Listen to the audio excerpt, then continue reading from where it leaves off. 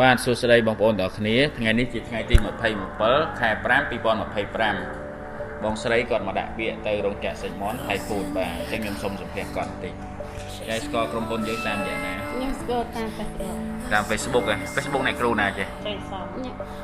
អ្នកគ្រូស្រីសំណោះបាទអ្នកគ្រូស្រីសំគាត់ជាក្រុមការងាររបស់ក្រុមហ៊ុន Job Asia បាទហើយមកចុះឈ្មោះនេះមានប៉ាសពតនៅខ្ញុំ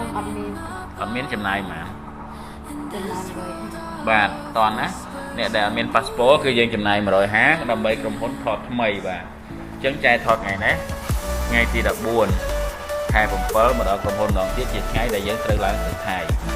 ជាម្ដងទៀតថ្ងៃដែលគាត់មកចុះឈ្មោះថ្ងៃនេះថ្ងៃទី15ខែ7 2025ចែកចូលទៅថៃណាអញ្ចឹងយើងមកដល់ក្រុមហ៊ុនថ្ងៃ14ខែ7 2025បាទអញ្ចឹងហើយថ្ងៃដែលសម្ភាសគាត់ម្ដងទៀតខ្ញុំនឹងយកវីដេអូនេះភ្ជាប់ចូលគ្នាថ្ងៃនេះខ្ញុំបង្ហោះវីដេអូប៉ុណ្ណឹងប៉ុន្តែថ្ងៃទី17ខែ5នឹងបានឃើញមុខគាត់ម្ដងទៀត